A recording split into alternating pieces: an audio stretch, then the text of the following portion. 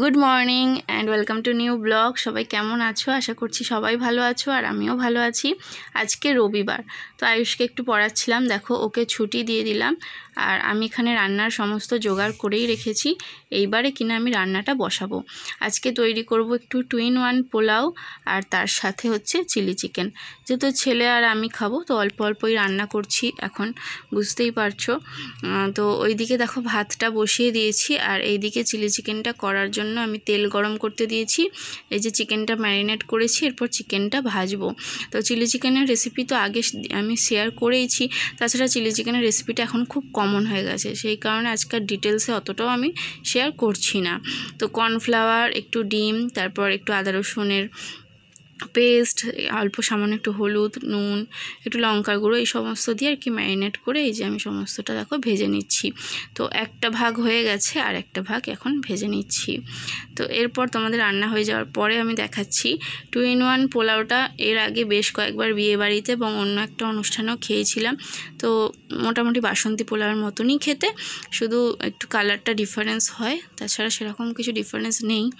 তো যাই হোক, এই ছিল আজকে আমার দুপুরের লাঞ্চ, আর রাতের জন্য ডিনারে এটাই খাবো। রাতে আর ডিফারেন্স কিছু না, এই একবার রান্না করলাম ব্যাস। সারাদিনে আর কি রান্না করব বা কি খাবো সেই নিয়ে অতটাও চিন্তা করতে হবে না। হয়তো সন্ধ্যাবেলা কিছু হালকা ফুলকা একটু নাস্তা করব, এই আর কি। এখন কদিন বেশ গরম পড়েছিল, আর গরমে ভিডিও এডিট করতে একটু প্রবলেম হয়, যেই কারণে এই ভিডিওগুলো আমি কিন্তু একটু দেরি করে আপলোড করছি, কারণ আমি ভয়েস ওভার দিতে পারছিলাম না। যাই হোক, এর পরের দিন হচ্ছে সোমবার। তো সকাল সকাল আয়ুষ পুজো করে নিয়েছে। সোমবার আমাদের ঘরে রান্নাবান্না কিচ্ছু হবে না, কেননা আমাদের হচ্ছে ঠান্ডার উপোস। আর জানো তো, আমাদের ঠান্ডার উপোসে ভাতটা খেতে নেই, ভাত ছাড়া শুকনো যে কোনো খাবারই খাওয়া যাবে, নিরামিষ। তো গতকালকে পরোটা করে রেখেছিলাম, যেহেতু আজকে রান্না করতে নেই। পরোটা, একটু আলু সেদ্ধ আর একটু সিমুই করেছি। প্রত্যেক বছর না আমি এরকমটাই করে রাখি। আর এই এতটা গরম পড়েছে, আলুর দম খেতে ইচ্ছা করে না, সেই কারণে আমি একটু আলু সেদ্ধ করে সেটাকে শুকনো লঙ্কা, একটু তেল, নুন দিয়ে সুন্দর করে মেখে নিই। আর এই যে দেখো, আমি এখন প্রসাদও খেয়ে নিলাম। What is your name? My name is Uste. Ayush De. Uste. তো আজকে সারাটা দিন বলতে গেলে শুয়ে, তুই চুপ কর। Pite. হ্যাঁ, Pite. সেটা কি? Pite. সেটা আবার কি কথা? Pite. কি? Pite. সেটা কি? Pite. কি পেটে? Tapi. কি কাপে? Pite. কি পেটে?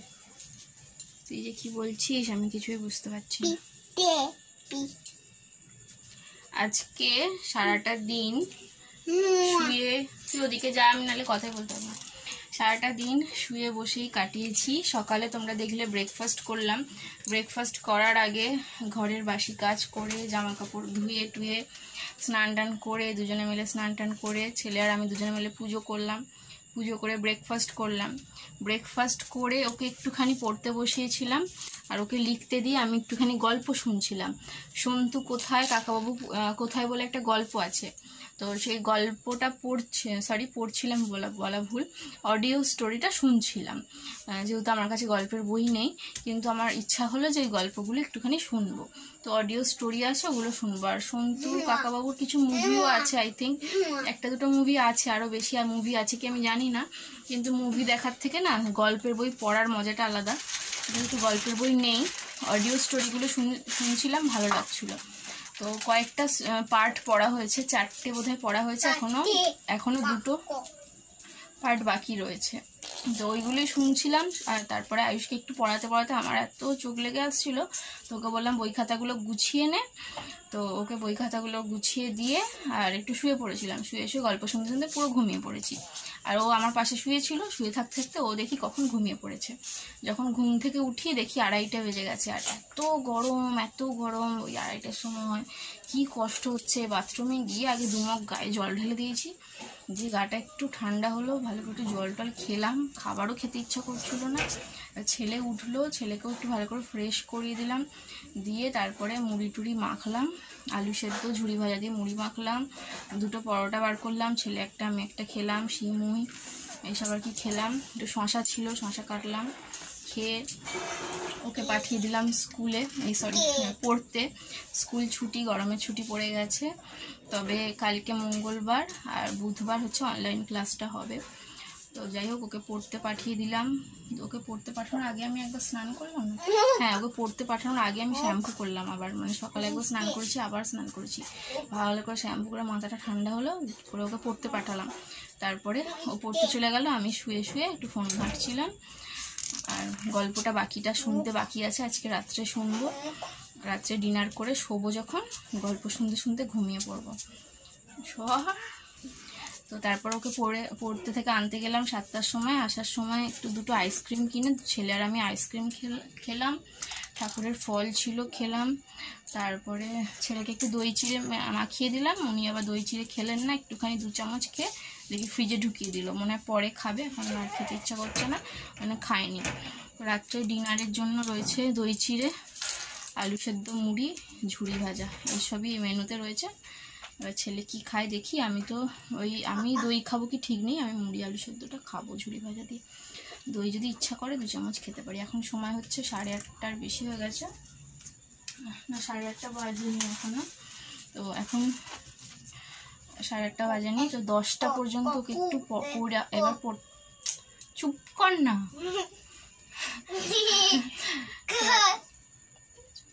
তো 10টা পর্যন্ত আমি কথা বলছি, আমার কথা বলি, চুপ কর না। তো এখন 8:30 বাজে, এখন থেকে 10টা পর্যন্ত ওকে একটু পড়াবো, তারপর ডিনার করে দুজনে শুয়ে পড়বো। সারাটা দিন আজকে শুয়ে বসে কেটেছে, সবই ঠিক আছে, বাট গরমে খুব কষ্ট হচ্ছে। রাত্রে শোয়ার আগে আবার ভালো করে গা ধুতে হবে। আমি কথা বলছি, চুপ চলো। সন্ধেবেলা আজ হঠাৎ এত বৃষ্টি হয়েছে, এই যে সারা রাত আমাদের ঠিকঠাক কারেন্ট নেই। এখন কিন্তু ভোর 4:30 বাজে, তো কারেন্ট ঠিকঠাক নেই বলতে লো ভোল্টেজ, পাখা খুব আস্তে চলছে, স্ট্যান্ড ফ্যান চলছে না, উপরের পাখাটাই চলছে, তাও খুব আস্তে। দেখো এত রাতে ছেলে আর আমি দুজনকারই ঘুম নেই। ওই যে দেখো পাখা চলছে কিন্তু আস্তে আস্তে আস্তে আস্তে।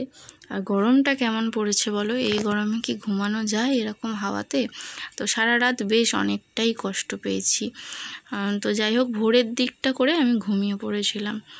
আর এই যে দেখো স্ট্যান্ড ফ্যান বন্ধ, স্ট্যান্ড ফ্যান চলছে না। এখন ভোর 4:30 বাজে, তোমাদেরকে তো দেখালাম। তো ছেলেও ঘুমাচ্ছিল, কিন্তু ওর ঘুম ভেঙে গেল, আর আমিও 1 ঘন্টা মতো ঘুমিয়ে ব্যাস আর ঘুমাতে পারিনি এই গরমে। তারপর আবার ভোরের দিকে একটুখানি ঘুমিয়ে পড়েছিলাম।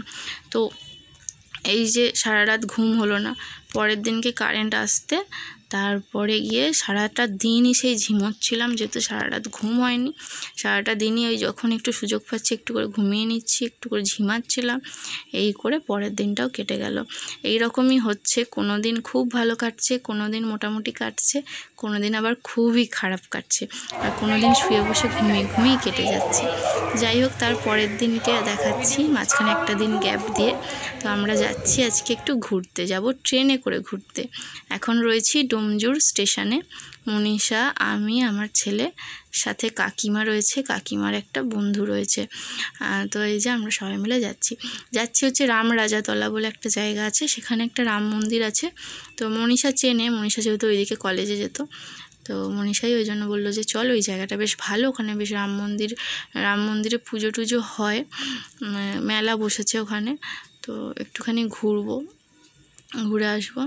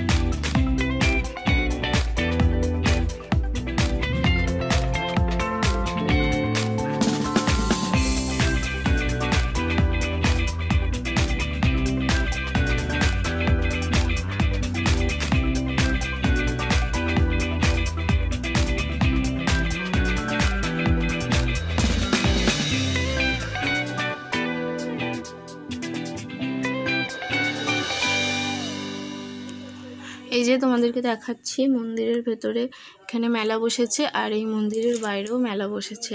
তো মেলা টেলা ঘুরেছি। আর আজকে ট্রেনটা আমাদের আসতে অনেকটা সময় লেগেছিল, তারপরে একটা ট্রেন গ্যাপ দিয়ে আবার নেক্সট ট্রেনে যখন গেলাম অনেকটা রাত হয়ে গিয়েছিল। তোমাদেরকে একটা খবর দিই, আমার দিদি আগামীকাল আসছে আমাদের বাড়িতে, দিদির মেয়ে আর দিদির ছেলে। তো অনেক মজা হবে। তো সেই ভিডিও তোমাদের সঙ্গে খুব তাড়াতাড়ি আর কি আমি শেয়ার করতে চলেছি। তো এই যে এখন বাড়ি ফিরে যাচ্ছি। আসার সময় ট্রেনটা পুরো ফাঁকা ছিল, তবে যাওয়ার সময় ট্রেনটা অনেকটাই ভিড় ছিল, যদিও আমরা মহিলা কম্পার্টমেন্টে উঠেছিলাম। তো চলো আজকের মতন বাড়ি ফিরে যাই, দেখা হচ্ছে পরের দিন নতুন ব্লগে। টাটা।